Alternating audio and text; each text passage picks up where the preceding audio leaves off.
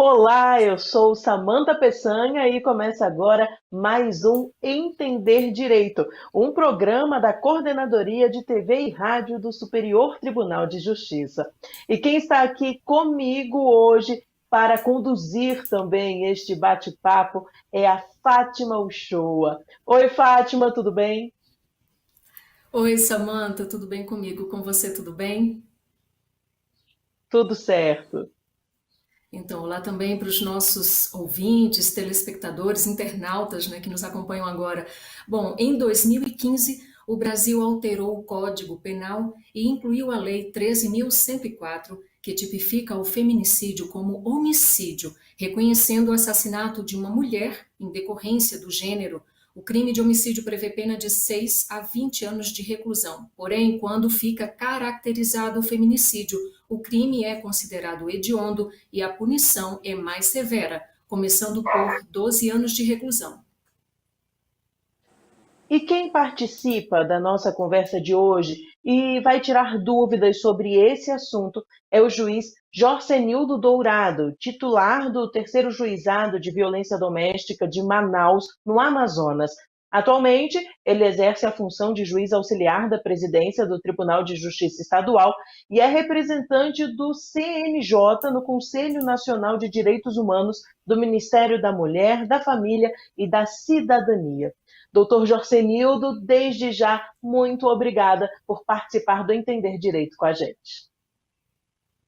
Eu que agradeço, Samantha e Fátima, pelo convite, e é uma oportunidade para que a gente possa debater um pouco mais sobre essa lei, essa nova modalidade penal que robusteceu todo o sistema de proteção das mulheres em nosso país. E nossa outra convidada é Alice Bianchini, professora doutora em Direito Penal pela PUC de São Paulo. Entre outras funções, ela também é conselheira federal da OAB Nacional por São Paulo, vice-presidente da Comissão Nacional da Mulher Advogada e vice-presidente da Associação Brasileira de Mulheres de Carreiras Jurídicas. Doutora Alice, seja bem-vinda ao Entender Direito. Muito obrigada, Samantha, muito obrigada, Fátima. Que bom que a gente vai tratar desse tema tão importante e junto com o doutor Jorzenildo, que é um magistrado muito sensível a esse tema. Fico muito feliz, muito honrada de estar com vocês. Nós agradecemos muito. Bom, para iniciarmos nossa entrevista, eu gostaria que a doutora Alice nos explicasse. Não é qualquer assassinato de mulher que é considerado feminicídio, certo? Certo, Samantha. Eu acho que é muito importante a gente colocar isso, porque há uma certa resistência muito grande dentro da sociedade, na medida em que acha errado que matar uma mulher a partir da lei do feminicídio tenha uma pena maior. E, na verdade, a gente sempre gosta de esclarecer que não é matar uma mulher que tem uma pena maior. Na verdade, o feminicídio ele vai acontecer a partir de 3 critérios, que eu já vou falar desses 3 critérios, mas eu gostaria, antes, se me permitem, fazer 2 observações sobre o feminicídio. A primeira observação é dizer que a nossa lei brasileira de feminicídio foi uma das últimas legislações sobre o tema na América Latina, que significa que, basicamente, todos os outros países da América Latina já tinham uma lei sobre feminicídio e o Brasil demorou muito para ter uma lei própria sobre feminicídio. Então, essa é a primeira observação que eu queria fazer. A segunda observação tem a ver com essa primeira, para dizer que eu acho que é importante também dizer que nós temos muitos critérios para estabelecer o que seja o feminicídio. E a gente vai encontrar, então, cada legislação com critérios específicos. Mas tem uma coisa que é comum em todas as legislações, que eu acho que é o ponto que a gente tem que se fixar nessa nossa discussão, nesse nosso programa, que é o fato de que sempre vai haver o feminicídio quando você mata uma pessoa pela condição de ser mulher. E é importante entender isso, porque quando a gente fala isso, às vezes é um pouquinho difícil de compreender, né? E a questão que a gente coloca é o seguinte: você não matou aquela mulher por ela ser a Alice por ela ser a Samantha, por ela ser a Fátima. Você matou aquela mulher por ela ser mulher, nessa condição de mulher. Então, não são as condições pessoais da vítima que são levadas em consideração, mas sim a condição social de ser mulher. E o que é ser mulher na nossa sociedade? O que é ser mulher no Brasil? Então, é essa situação que está levando as mulheres a serem mortas. Então, muito importante a gente compreender isso, essa condição especial, né, de ser mulher, que está levando as mulheres a serem mortas. Bom, e aí o nosso legislador, em 2015, estabeleceu como critério para o feminicídio 3 situações específicas, que depois a gente pode até falar um pouquinho mais, né? Mas as condições seriam exatamente a violência praticada num contexto da Lei Maria da Penha, que é a violência de gênero. Nós temos também a discriminação e menosprezo. Então, quando você mata alguém, pela questão lá do contexto da Lei Maria da Penha, que é violência de gênero, ou quando você mata alguém por menosprezo ou por discriminação. E aí, num desses 3 critérios, a gente teria essa pena, então, diferenciada do homicídio. Doutor Jorcenildo, agora eu queria aproveitar aí esse gancho da resposta da doutora Alice e saber do senhor, né, que o senhor nos explicasse qual é a diferença, então, entre feminicídio, violência doméstica e crime passional. São todos tipos de feminicídio? Bem, Fátima, é importante, antes de se fazer a diferenciação dessas 3 modalidades penais, deixar claro que tanto o feminicídio quanto a violência doméstica e o crime passional, eles possuem como núcleo central o sentimento de posse do autor em relação à vítima. Tá? Ou seja, aquele que comete uma dessas modalidades penais o faz em razão do elevado grau de afeto, sentimento de posse, menosprezo, discriminação e paixão que possui em relação à vítima. Tá? Só que enquanto que no feminicídio e na violência doméstica, os crimes eles são praticados em razão da condição do sexo feminino da vítima, como a doutora Alice colocou, no crime passional, esse elemento normativo ele não é exigido, tá? Já que ele pode ocorrer entre pessoas do mesmo sexo. Por exemplo, um amor platônico de um fã e seu ídolo. Tá? É um crime passional, mas que não é praticado em razão fundamentalmente do sexo feminino da vítima. Tá? A vítima do crime passional ela pode ser um homem, como no famoso caso do crime praticado contra o Beatle John Lennon. Tá?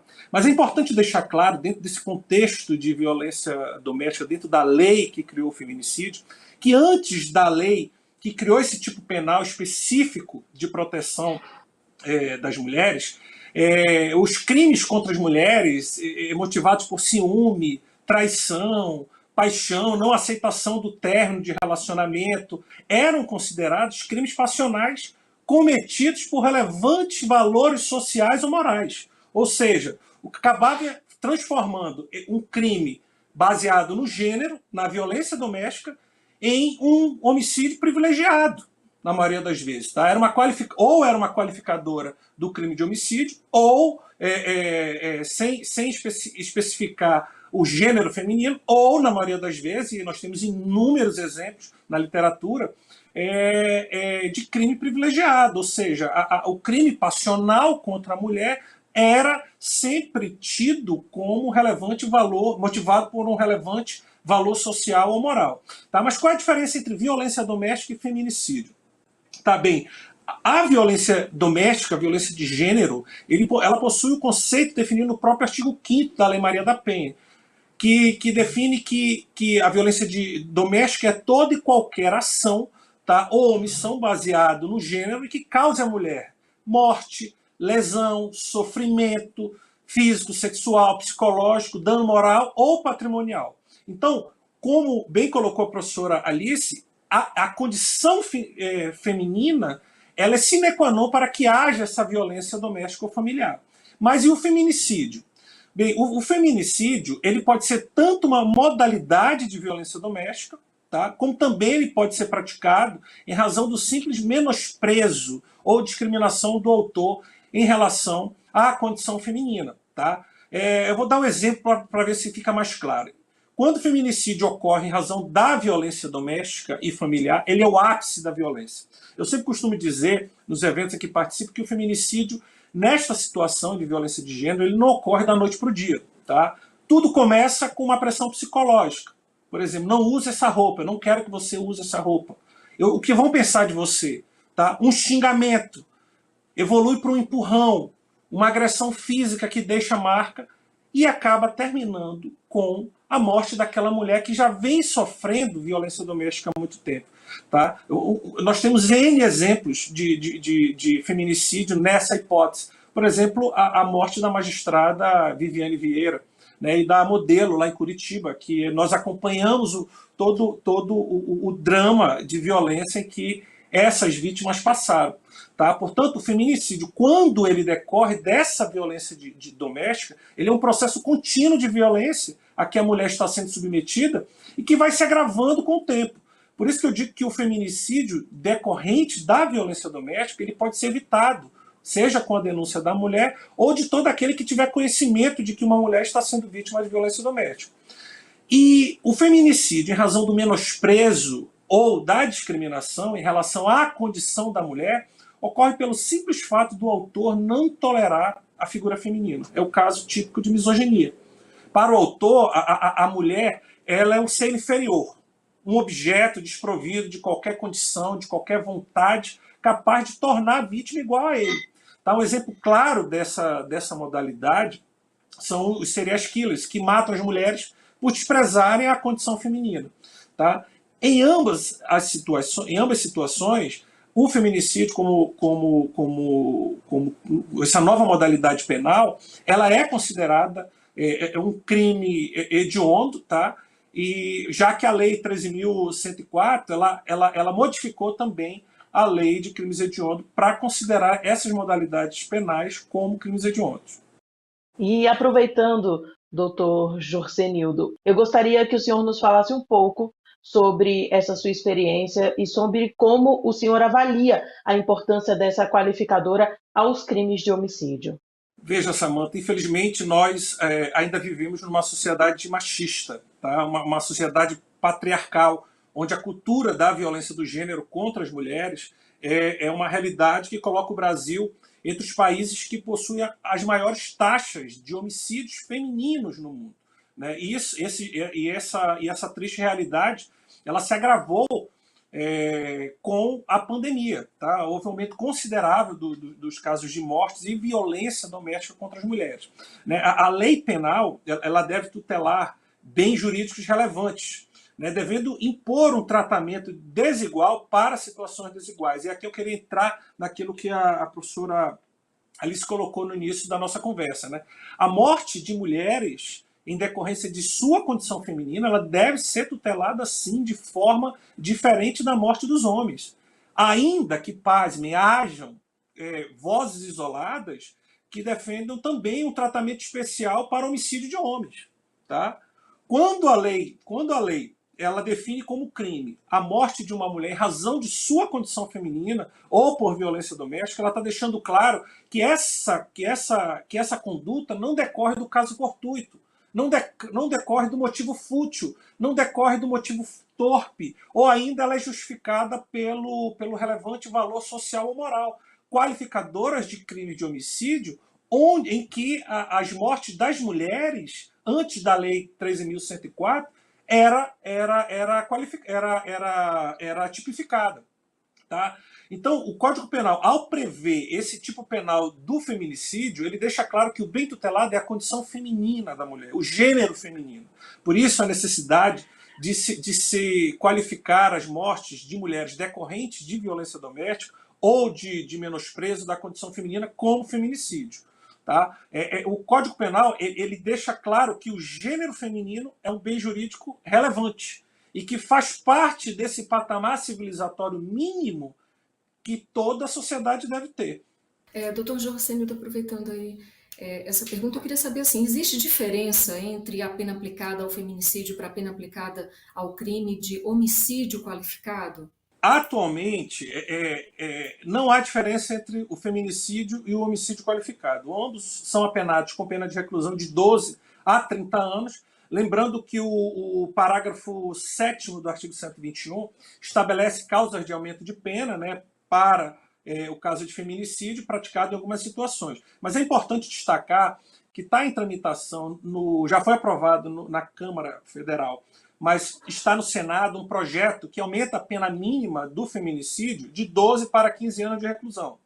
Tá? Que na minha concepção demonstra mais uma atenção à necessidade de se ressaltar que o que se está protegendo é a condição feminina, o gênero feminino. Professora Alice, a principal mudança, então, seriam as causas de aumento de pena para o crime de feminicídio. Poderia falar um pouco sobre quais são essas causas de aumento? Então, nós temos aqui, só antes de responder essa questão, reforçando o que o doutor Jorcenildo falou, é muito importante a gente entender que o feminicídio não é um fenômeno novo, né, como o doutor bem mencionou. Já acontecia isso na nossa sociedade, óbvio, todo mundo sabe, mas como foi bem mencionado, havia uma divisão dentro da nossa sociedade, principalmente dentro da jurisprudência. Se, por exemplo, né, vamos pegar um caso que acontece com muita frequência, matou por sentimento de posse.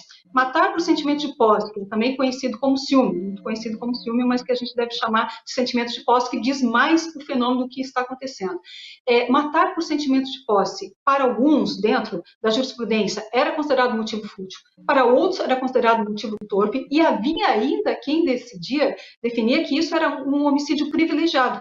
Então, nós já tínhamos essa situação toda presente na nossa sociedade, e na medida em que vem a lei do feminicídio, ela vem para estabelecer de uma forma mais concreta e mais objetiva, e sem essa possibilidade de tantas diferenças, né, uma situação específica que é a morte dessas mulheres naquelas condições. Né? Então, só para a gente fazer esclarecimento. Um outro esclarecimento que eu acho muito importante também, e aí já me aproveitando de novo da fala do Dr. Jorcenildo, é dizer que conforme uma pesquisa que foi feita o ano passado, em vários países, inclusive no Brasil, nós aqui no Brasil, nós temos, entre brasileiros e mesmo brasileiras, né, brasileiros e brasileiras, nós temos 90% de nós que temos preconceitos em relação ao sexo, né, preconceitos sexistas. Ou seja, nós somos, sim, uma sociedade muito preconceituosa em relação à questão da mulher. E essa é uma observação importante, porque a gente identifica muito, então, essa questão do menosprezo, essa questão da discriminação, essa questão da violência de gênero, a partir dessa concepção que a gente tem que reconhecer da nossa sociedade como sendo uma sociedade discriminatória em relação a homens e mulheres. Só para a gente ter uma ideia, né, do que a gente está falando, a própria igualdade entre homens e mulheres não se estabeleceu no Brasil, a gente sabe disso, todo mundo sabe, mas eu preciso dar uma notícia que não é uma notícia muito boa, não, porque conforme pesquisas recentes, vai haver sim a igualdade entre homens e mulheres no Brasil, mas de acordo com pesquisas recentes, nós vamos ter que ter uma certa paciência, doutor Jorcenildo, Samantha, Fátima e todos que estão nos ouvindo, porque de acordo com as últimas estatísticas, nós vamos ter que esperar ainda 135 anos para que isso possa, de fato, acontecer. Né? Então, precisamos ter essa compreensão de que nós vivemos, sim, numa sociedade que é marcada, né, por essa discriminação, por esse preconceito e por essa violência contra a mulher. Por isso que quando a gente fala de uma lei como a lei do feminicídio, a gente acha importante para mostrar que há um desvalor maior da ação, né? Essa ação de matar pela condição de você ser mulher, claro que ela precisa ser mais desvalorada e por isso ela precisa de uma pena superior, uma pena maior para mostrar o quanto que ela é mais desvalorada. O desvalor do resultado, que é matar alguém, é igual. Tanto matar um homem quanto matar uma mulher é o mesmo desvalor do resultado. Mas a ação, você matar por um menosprezo, por discriminação ou na perspectiva de violência de gênero, é muito importante da gente entender que ela precisa de uma maior punição para mostrar que há uma maior desvaloração desta ação. Então, achei importante a gente colocar isso e trazendo também, para a gente situar essa nossa fala, né, mostrando, sim, o Brasil, nós temos dados assustadores em relação à violência contra a mulher. É claro que a gente tem muito mais violência contra homens do que contra mulheres, mas quando a gente compara os outros países, isso é importante da gente colocar, compara os outros países, nós vamos encontrar o Brasil como sendo o 5º país que mais mata mulheres, né? Então, esse é um dado que a gente precisa respirar fundo, compreender o que significa isso e, mais do que isso, pensar o que nós podemos fazer para que a gente saia dessa condição tão desonrosa, essa condição tão triste, tão absurda de 5º país que mais mata. E lembrando, quando a gente fala desse dado, né, quinto país que mais mata, nós estamos falando, sim, de dados objetivos. O doutor Jorzenildo mencionou isso, né? A violência, o feminicídio, é sempre um contínuo de violência. Nunca é um golpe único que vai matar aquela mulher. Começa normalmente com a violência psicológica, depois ela vai passando para a violência física e outra violência sexual. Ou seja, ele é um contínuo de violência que acaba com o feminicídio. Quando você discrimina uma pessoa pelo fato dela ser mulher, ou menosprezo, quando você deprecia uma pessoa pelo fato dela ser mulher, são situações que sim, justificariam uma pena maior, que é o chamado homicídio qualificado. Então, né, o feminicídio, na verdade, é um homicídio qualificado. São as qualificadoras específicas do feminicídio, mas ele é um homicídio qualificado. Só complementar para mostrar que, apesar de todo esse quadro caótico ainda que a gente vive, já foi muito pior. A professora Alice estava falando da discriminação e do preconceito, né, quando se vai julgar crimes envolvendo os motivos torpe e fútil. Eu me lembrei agora de um caso, eu era acadêmico de Direito, eu estava entrando na faculdade na década de 90, final da década de 80, começo da década de 90, teve um homicídio, um julgamento pelo Tribunal do Júri aqui de uma mulher que era casada com um rapaz. Esse rapaz descobriu a traição dessa mulher e o pai dele, numa discussão, matou a mulher, né? Matou a nora. Foram para o popular e acreditem, isso é um fato. Ele foi absolvido por legítima defesa putativa da honra de terceiro. Tá? Então, isso, ou seja, o Conselho de Sentença aceitou a tese de que o pai podia matar, foi um homicídio, foi permitida aquela conduta, tá, de ceifar a vida daquela mulher, porque ela traiu o filho. Tá? E o Conselho de Sentença, formado por representantes do povo, tá, aceitou isso. O Conselho de Sentença é um reflexo da nossa sociedade. Tá? Então, graças a Deus, isso hoje é uma realidade, é fato histórico, um triste fato histórico, tá? Mas que para a gente ver que realmente, quando a professora colocou que a gente vai levar 100 anos para mudar essa realidade, isso só nos tem que servir de estímulo para que a gente adote medidas, adote ações, né, entre todos os entes, de todos os níveis, possam adotar para que a gente possa reduzir esse tempo, tá entendendo? Porque senão a gente vai continuar vendo nossas mães, nossas esposas, nossas filhas, nossas amigas sendo mortas por pessoas que realmente alguns têm até ojeriza a figura feminina.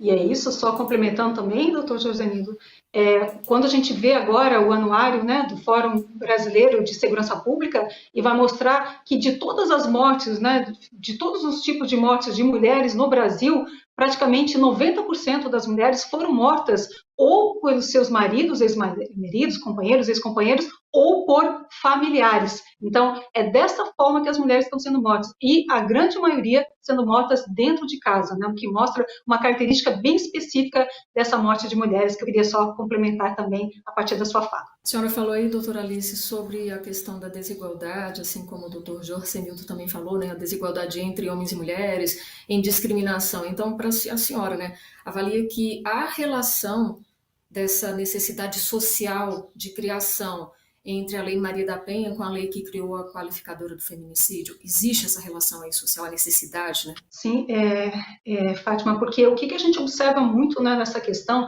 e é interessante isso que os dados vão mostrar para nós, que quanto mais desigualdade de gênero, mais violência de gênero nós vamos ter também. Então, a Lei Maria da Penha, só vamos lembrar, né, ela é considerada uma das 3 mais avançadas do mundo, motivo de orgulho para todos nós, está prestes a completar 15 anos, né, de existência, e ela foi até foi longe, né? A Lei Maria da Penha foi longe, mas a lei do feminicídio era necessária também, né? Porque para mostrar exatamente isso, para mostrar não que a gente acredite que através da lei do feminicídio fosse diminuir os casos de feminicídio, como de fato nem aconteceu isso, mas o que a gente consegue é agora vislumbrar o problema. E aí eu gosto sempre de usar uma frase que diz assim: o que não se mede, não se muda. E por incrível que possa parecer, nós só fomos medir a violência de gênero no Brasil a partir da década de 90, que foi quando a gente observou esse número absurdo de violência contra a mulher. E se hoje nós temos todos os dados de violência contra a mulher, nós sabemos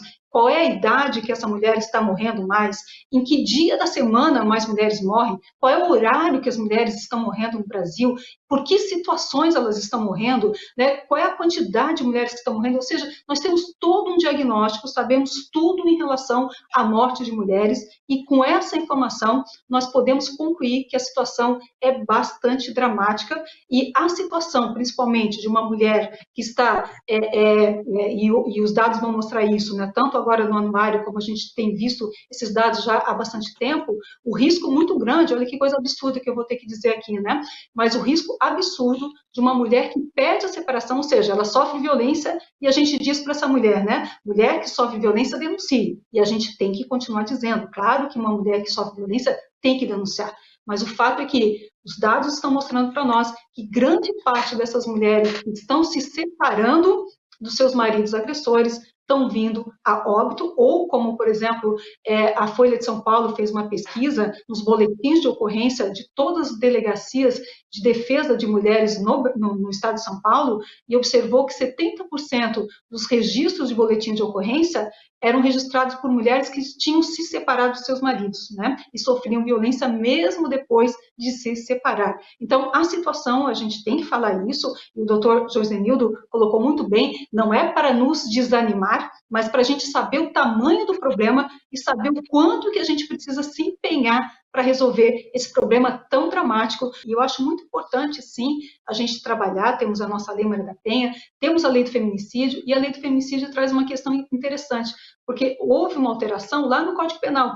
E quando houve a alteração do Código Penal, permitiu e determinou, então, que os próprios professores e professoras de direito penal fossem estudar essa questão do feminicídio, porque vão ter que falar disso em sala de aula, né? Porque a Lei Maria da Penha é um pouquinho diferente. A Lei Maria da Penha fica lá naquelas leis especiais que normalmente é dado num semestre com pouco tempo, enquanto que o feminicídio, como está no Código Penal, faz com que todo mundo, né, estudantes e professores, tenham que atravessar o conhecimento em relação a esse tema. E isso trouxe também dentro do sistema jurídico mais discussões sobre a visibilidade e a invisibilidade da violência de gênero, que é um tema importante. E hoje a gente tem, por exemplo, só vou finalizar aqui para não me alongar, mas a gente tem duas recomendações que eu acho muito importantes da gente falar, uma que é do Conselho Nacional de Justiça, que é de número 79 do ano passado, que recomenda cursos de capacitação com perspectiva de gênero para juízes e juízas que atuam nas varas especializadas e também de início de carreira. E nós tivemos, neste ano, o Conselho Nacional do Ministério Público, com a recomendação de número 80, dizendo, né, que nos cursos de formação e aperfeiçoamento tivesse também discussões sobre violência de gênero. Então, a gente está vivenciando uma luz no fundo do túnel. Doutor Jorsenildo e doutora Alice, eu queria saber de vocês, né, nesse contato aí com esse tipo de violência, é possível traçar um perfil da vítima e também do agressor? Olha, Fátima, uma característica que percebi nesses 20 anos já em contato com esse tipo de crime é que ela existe, primeiro, em todos os níveis sociais a violência doméstica. Tá? Não importa se vítima e agressor pertencem a uma classe social mais baixa ou uma classe social mais elevada. Mas, na maioria dos casos, o agressor é uma pessoa extremamente egocêntrica, egoísta, tá? Que somente consegue enxergar suas vontades e seus interesses. Tá?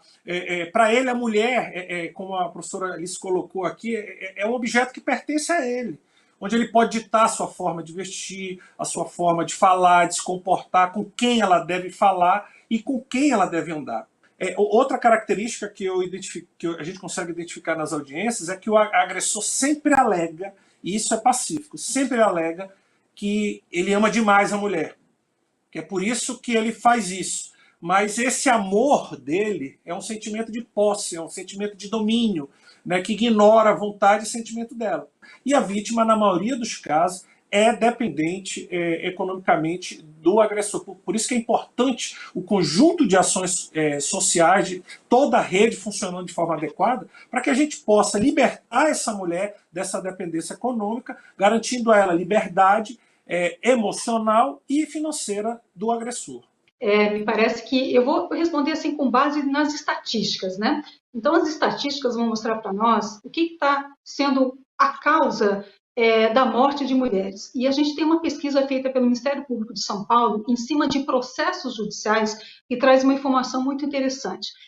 O Ministério Público de São Paulo, a partir da análise de processos judiciais, chega a uma conclusão de que 45% das mortes de mulheres em São Paulo, em um período específico, aconteceram exatamente por aquele sentimento de posse que o doutor Josenildo tanto bem falou, né? A ideia de que ela me pertence e, portanto, né, o que ela faz ela só deve fazer a partir do que eu quero que ela faça, né? E a gente vai encontrar também 30%, que é a questão do motivo foi a separação, né? Na verdade, é o contrário, 45% é a separação e 30% que é o sentimento de posse, tá? Então, 45% que é a ideia da não aceitação da autonomia da mulher, porque eu acho que isso é muito importante da gente colocar, né? A gente escuta muito, principalmente nos meios midiáticos, dizendo assim, que o sujeito matou a mulher porque não se conformou com o fim do relacionamento. Quando a gente coloca isso dessa forma, não se conformou com o fim do relacionamento, a gente não está dizendo tudo. A gente não está dizendo exatamente qual foi o fenômeno. Porque o fenômeno que aconteceu aqui foi exatamente a não aceitação da autonomia da mulher. Então, a liberdade que a mulher tem, né, de dizer, não gostaria mais de ficar com você, quero reconstituir a minha vida, quero tentar com outra pessoa, essa liberdade nós mulheres não temos da mesma forma que os homens têm. E muitas vezes, quando nós exercemos essa liberdade, nós pagamos uma conta muito alta, inclusive com a nossa própria vida. Então, acho que é importante a gente colocar isso, né? Dizendo, então, que esse perfil, né, mostra bem como o doutor Josenildo bem colocou, temos um perfil de uma ideia de posse da mulher, a ideia de não aceitação da autonomia da mulher. Então, esse é o perfil. Agora, quem é este homem? E as pesquisas que nós temos no Brasil são muito poucas. E eu vou trazer uma pesquisa da Espanha, que vai dizer que este homem que pratica essa violência é o homem considerado normal, aquele homem que, sim, é considerado um bom filho, é considerado um bom irmão, é considerado um bom empregado, um empregador, é uma pessoa que se relaciona muito bem com todos. O percentual de psicopata ou de sociopata que praticam crimes de violência contra a mulher, feminicídio, né, é um percentual muito pequeno. Então, normalmente é a pessoa normal, que paga as suas dívidas em dia, né, que se dá bem com as pessoas, que não é violento, mas que tem um comportamento específico dentro de casa. E aí eu acho importante a gente colocar aqui um outro dado que se chama a violência transgeracional, que é a violência que passa de pai para filho na ação, mas que também passa de mãe para filha na aceitação. Então, vamos colocar primeiro, né, do pai para o filho. Então, é muito importante a gente entender que existe, é uma pesquisa feita pelo Instituto Maria da Penha, vai trazer essas informações para nós, quando a gente observa um homem que hoje é violento, ele tem um passado, um histórico de violência na família, seja ele sendo vítima de violência, seja ele testemunhando violência. Então, é importante a gente entender que a violência que nós estamos vendo hoje, ela provavelmente vai ser perpetuada pelos filhos, posteriormente, aqueles filhos que assistem a essa violência ou que são vítimas dessa violência. E essa é uma pesquisa muito importante que foi feita no Brasil pelo Instituto Maria da Penha, né? Quem quiser informação, basta ir lá no site e vai encontrar essa pesquisa de uma forma bem fácil. E aí a gente mostra com isso o quê? Mostra que muitas vezes exatamente essa violência ela é apreendida e essa violência ela é tolerada e essa violência ela é naturalizada. E essas questões a gente precisa colocar para que a gente consiga compreender o fenômeno. E compreendendo o fenômeno, a gente tem mais condições de superar esse fenômeno, né? De dar a volta por cima, de mudar essa condição muito desconfortável que é a situação das mulheres no Brasil. Agora, isso eu estava falando sobre o ponto de vista do filho vendo o comportamento do pai. Mas é importante a gente compreender, e aí agora eu vou falar um pouquinho sobre essa questão, quem é essa vítima de violência de gênero, violência doméstica, a vítima do feminicídio, normalmente, então, também essa mulher que teve um histórico de violência, seja testemunhado ou seja vivenciado na sua família, e que ela, então, aceita aquela violência e naturaliza aquela violência, né? Então, essa é uma observação importante. Outro dado também que eu faço questão de compartilhar com vocês é um dado que é uma pesquisa que está sendo feita no Brasil desde antes da Lei Maria da Penha. Então, olha a importância dessa pesquisa, né? E vai dizer para nós, então, desde antes da Lei Maria da Penha, vai fazer uma pergunta para as mulheres que sofrem violência. Então, não é mais a sociedade respondendo, são as mulheres que sofrem violência que vão dizer para nós por que você sofre violência e você não denuncia o seu agressor. E aí, quando essas mulheres vão dar resposta para nós, e essa pesquisa é feita a cada 2 anos, a última foi de 2019, espero que seja repetida este ano, né? É o ano para a gente fazer de novo essa pesquisa e atualizar essas informações, mas os dados últimos que a gente tem de 2019 vão dizer que 62% dessas mulheres não denunciaram por medo de vingança do agressor. E 32 e 33, com empate técnico, portanto, né, em segundo e terceiro lugar, e elas poderiam assinalar mais de uma alternativa, elas dizem, então, tanto no segundo quanto no terceiro lugar, dependência financeira, o doutor Josenildo falou isso muito bem, e a questão também da preocupação com os filhos, que também foi mencionado pelo doutor. E aí a gente observa, então, a situação, né? Em que pé que está essa situação e como que é difícil para essa mulher, então, sair dessa situação de violência e o quanto que a gente precisa ajudar essa mulher e o quanto que a gente precisa, sim, estabelecer muitos canais de proteção dessa mulher. A gente abriu muitos canais de denúncia e está correto, temos que ter os canais de denúncia, mas está faltando no Brasil os canais de proteção. O que essa mulher deve fazer para que ela consiga sair desse ciclo de violência, né? E conseguir superar todos os obstáculos, todas as dificuldades, para que ela possa vivenciar aquele direito, que é um direito de todos os homens e todas as mulheres, de ter uma vida longe e livre da violência. Professora, me permita E, só doutor... dar um exemplo sobre... Claro. Desculpa, pode continuar. o delay. Eu me lembrei agora de uma situação, eu era juiz de uma cidade aqui no interior do estado, sobre essa aceitação da violência. Tá? Eu tinha acabado de chegar em um determinado município aqui no interior e já tinha visto que já tinha sido concedida a medida protetiva e ainda assim o agressor voltou a agredir. Eu decretei a prisão preventiva dele para fazer cumprir a medida protetiva e para acabar de uma vez por toda aquela situação de violência. E aqui no interior do estado é muito carente de advogado, né, defensor público, então é muito comum nós juízes atendermos as partes. Independente de quem seja, a gente atende a parte. E aí veio a mãe do agressor, uma senhora humilde, né, e ela disse: doutor, chegou na secretaria, o doutor, estão querendo falar com o senhor na secretaria. Não, pode pedir para entrar. Ela veio: doutor, me chamo fulano de tal e tal, e eu queria saber por que o senhor prendeu o meu filho. Né? E eu: mas qual é o processo? Não, meu filho só deu uns tapas na minha nora e o senhor prendeu meu filho. O senhor está vendo isso aqui? Ela vai, puxa a cabeça, ela tinha um cabelo longo, né? Típica cabocla, né? Negro, puxou, o senhor está vendo? Aí tinha uma cicatriz. Isso aqui foi uma paulada que eu recebi do meu marido. Né? O senhor está vendo isso aqui? Ela levanta a blusa dela, né, assim na parte do abdômen. Isso aqui foi uma facada que eu peguei do meu marido. E nem por isso eu denunciei ele e eu fiz um boletim de ocorrência, eu registrei na polícia. Então, eu estou dando esse exemplo só para vocês terem uma noção de todos os telespectadores que estão nos assistindo, estão nos ouvindo, é que essa aceitação é que tem que mudar. Essa tolerância com o que é intolerável não pode existir.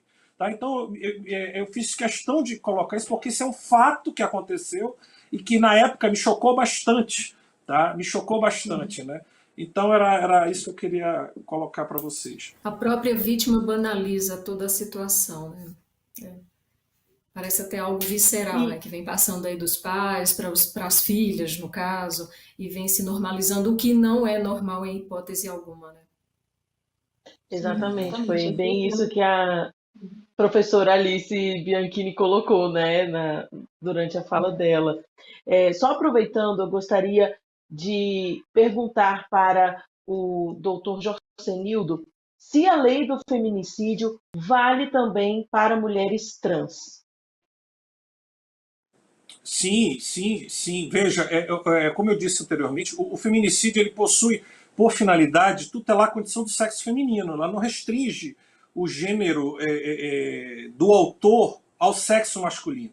Tá? Portanto, isso vale tanto para relações homoafetivas entre mulheres também. Se uma delas for morta em razão da violência doméstica, né, a autora, ainda que seja do sexo feminino, vai responder por feminicídio. Tá? Então, portanto, é absolutamente irrelevante que nessa relação homoafetiva feminina, quem exerceu o papel feminino, quem exerce o papel feminino masculino, ocorrendo alguma das hipóteses descritas no 121, parágrafo 2º A, perdão, do Código Penal, haverá o feminicídio.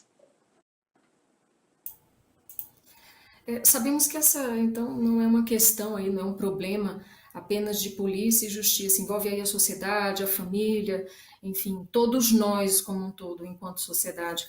Dr. Jorcenildo, como é que o senhor avalia as políticas públicas sociais adotadas até então? E depois eu queria ouvir a opinião da doutora Alice, por favor. Veja, Samantha, não é só prender, julgar e condenar o agressor. Tá? A prática da violência doméstica, do feminicídio, ela deixa danos irreparáveis à vítima e aos seus familiares, como a professora Alice colocou agora há pouco. O que impõe a necessidade de um suporte permanente, né, por parte do Estado. Tá? Então, investimentos estatais de apoio, de fortalecimento à rede de proteção são de fundamental importância para que a gente possa minimizar essas consequências deletérias desses tipos penais. Tá? Mas, na minha opinião, nós conquistamos um grande avanço. O país conquistou um grande avanço no mês passado, que foi a inclusão do conteúdo de prevenção à violência doméstica, a violência contra a mulher, nos currículos da educação básica. Veja que foi aprovada uma lei, que é 14.164, de autoria até de um senador aqui do estado do Amazonas, e que representa, na minha opinião, um grande avanço em termos de política pública na defesa das mulheres. Nós sabemos que é importante punir os agressores, tá? Dar suporte às vítimas e aos familiares. Mas o mais importante é nós criarmos uma cultura de respeito às mulheres, de respeito ao gênero feminino. Então, somente com educação, tá? E essa educação tem que começar lá, quando a criança ainda está formando a sua personalidade, como a professora Alice colocou, a gente tem que dar um basta na cultura da aceitação. E essa aceitação da violência, do filho vendo o pai agredir a mãe, da mãe aceitar ser agredida pelo pai, tá entendendo? Isso só vai ser modificado com o processo de educação. Uma criança que está inserida dentro desse ambiente tóxico de violência doméstica, sem educação, certamente ela vai replicar essa violência contra as mulheres que ele encontrar na vida.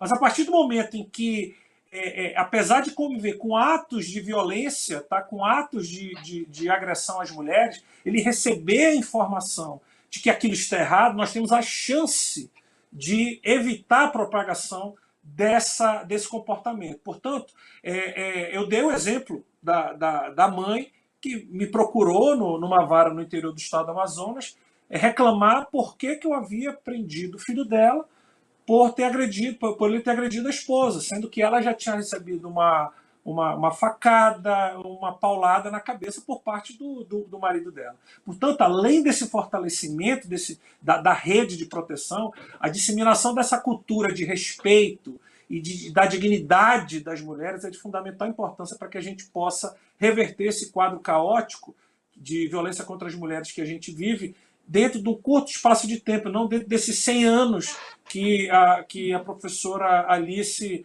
colocou, porque isso é inaceitável. Isso Veja, eu sou juiz de uma vara, eu sou o único juiz do sexo masculino nas varas de violência doméstica aqui em Manaus.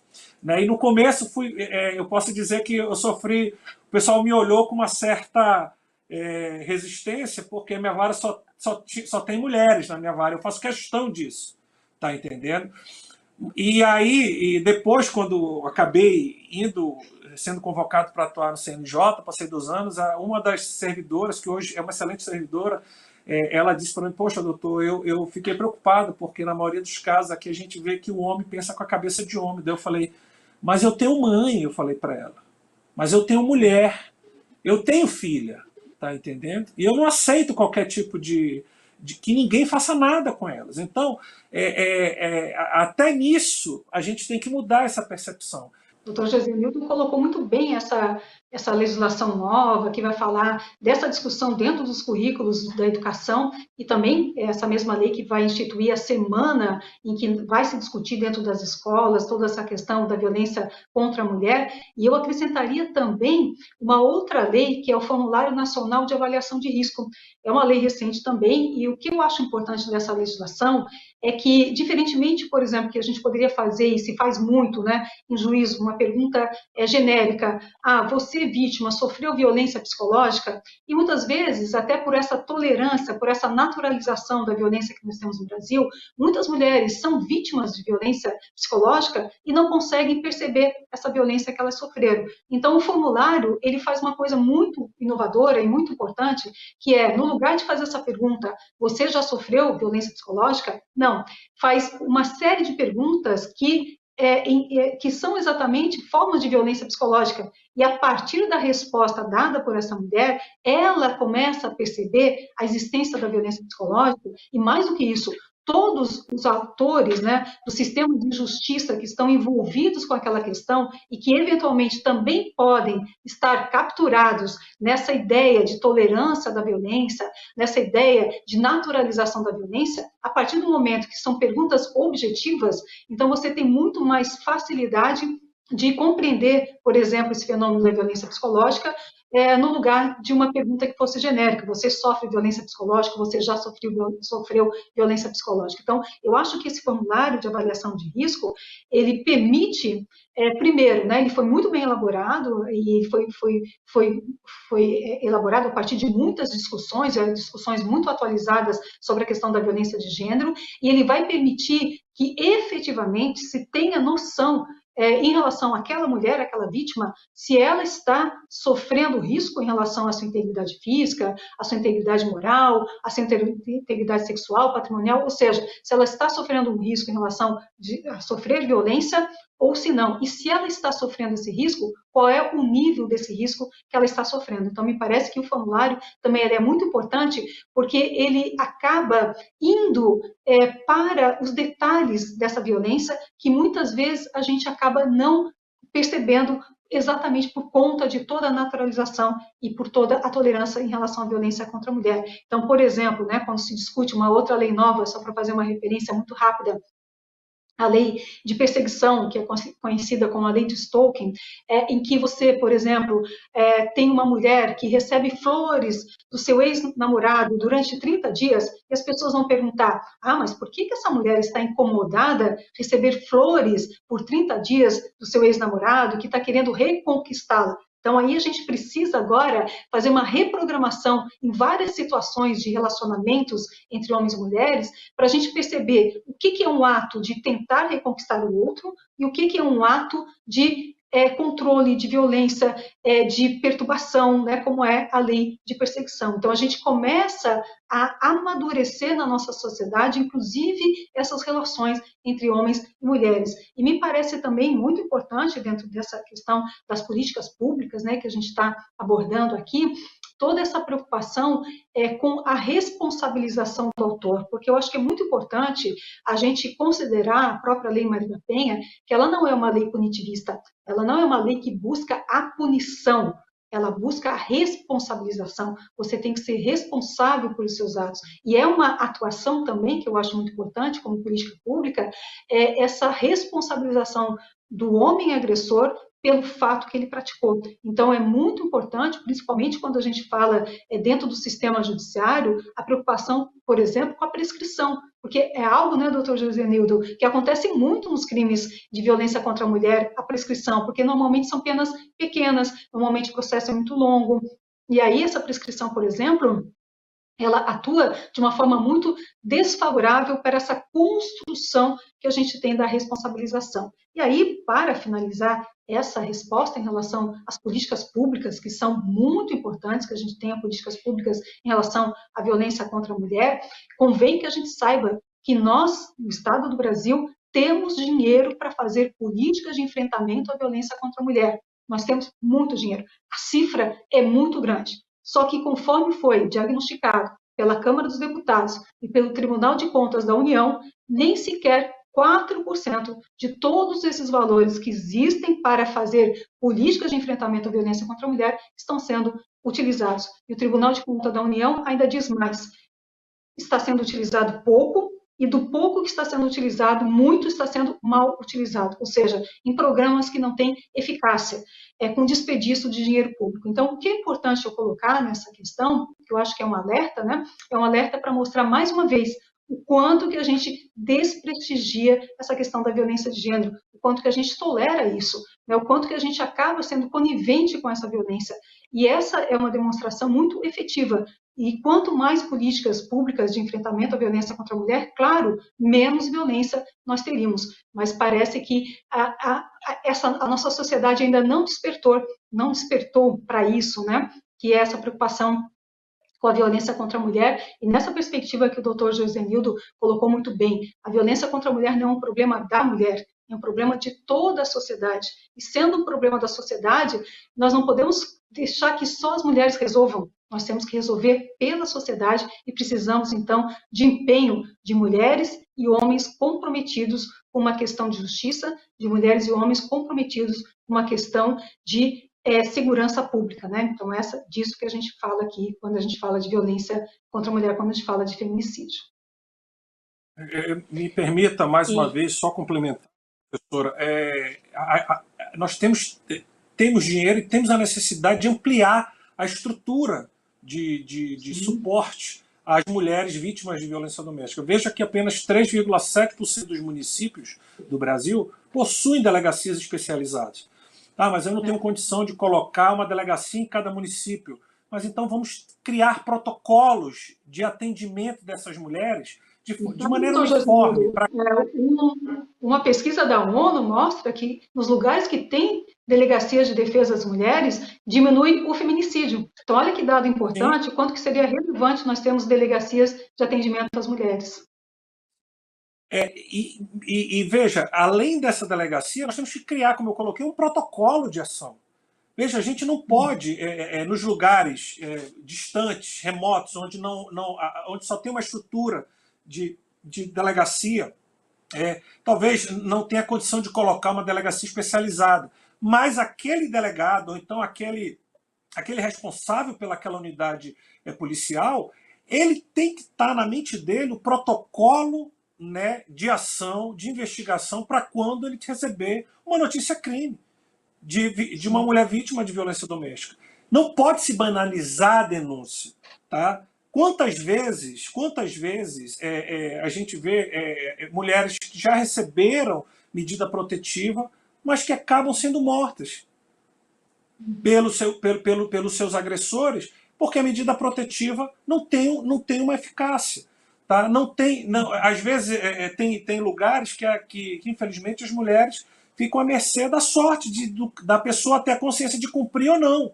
Né? Agora está se criando uma cultura de se criar batalhões especializados da polícia militar, tem o botão do pânico, tá entendendo? Eu acho que o uso da tecnologia que possa permitir que as mulheres sejam informadas da aproximação do autor, tá entendendo? Dela ou da casa dela, tem que ser desenvolvida, porque o que não pode é a gente continuar. Quanto mais suporte para essa mulher, menores serão as taxas de violência, menores serão as taxas de feminicídio. Por quê? Porque você cria a possibilidade de uma mulher, ela vai lá na delegacia. Então a gente tem que criar dar esse suporte de investigação, de acompanhamento psicossocial, tá entendendo? Suporte aos filhos, porque nós estamos criando crianças traumatizadas, né, que vão ter deficiência de aprendizado. O problema é muito complexo. Como eu disse, não é só prender e punir. E é só assim, unidos, é que nós vamos construir uma sociedade muito mais humana para nós, homens e mulheres, vivermos. É isso, sigamos unidos para conseguirmos modificar esse cenário consideravelmente daqui a poucos anos. É o que todos nós esperamos, né?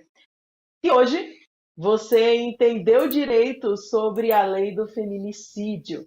Nós conversamos com o juiz Jorcenildo Dourado, do Tribunal de Justiça do Amazonas. Doutor Jorcenildo, obrigada por participar do Entender Direito de hoje.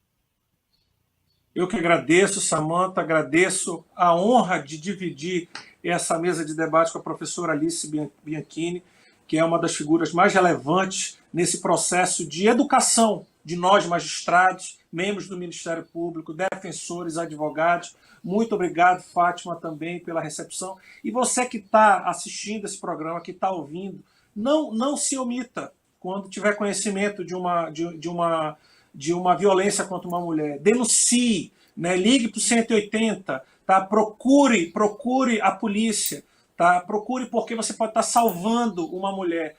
Essa mulher que está morrendo, né? Ela tem um pai, ela tem uma mãe, ela tem um filho que amam muito ela. Então proteja essa mulher. Tá? Proteja essa mulher, denuncie a violência doméstica, não compactue com a violência doméstica. Em hipótese alguma, você vai estar salvando uma vida. Muito obrigado pelo convite mais uma vez. Nós que agradecemos. Também agradecemos a participação da professora e doutora Alice Bianchini. Professora Alice, muitíssimo obrigada pela participação no Entender Direito. A satisfação foi minha de estar participando desse evento. Obrigada, Samantha, Fátima, doutor Jorcenildo. Aprendemos muito hoje. Que bom que o Superior Tribunal de Justiça tem esse espaço importante para a gente falar de uma pauta tão relevante que é a questão da violência contra a mulher. Lembrando que qualquer um que conheça, que saiba da existência de uma violência, pode ligar para o 180, pode inclusive fazer denúncia anônima, caso não se sinta confortável de dizer o seu nome e dizer exatamente a sua condição. E nós temos também, muito importante lembrar, que o 190 é exatamente quando a violência está acontecendo. Então, se você está vendo uma violência acontecendo, se você está ouvindo, né, uma vizinha pedir socorro, é o 190 que você deve acionar, e o 180 quando o caso já aconteceu. Então, é muito importante, como o doutor Jorcenildo colocou aqui, a violência contra a mulher atinge a todos nós, é um problema de todos nós, e todos nós devemos, sim, se envolver na solução deste problema. Muito obrigada. E vale destacar que você pode conferir o Entender Direito na íntegra no YouTube e em podcast pelas plataformas digitais de sua preferência. Tchau, tchau.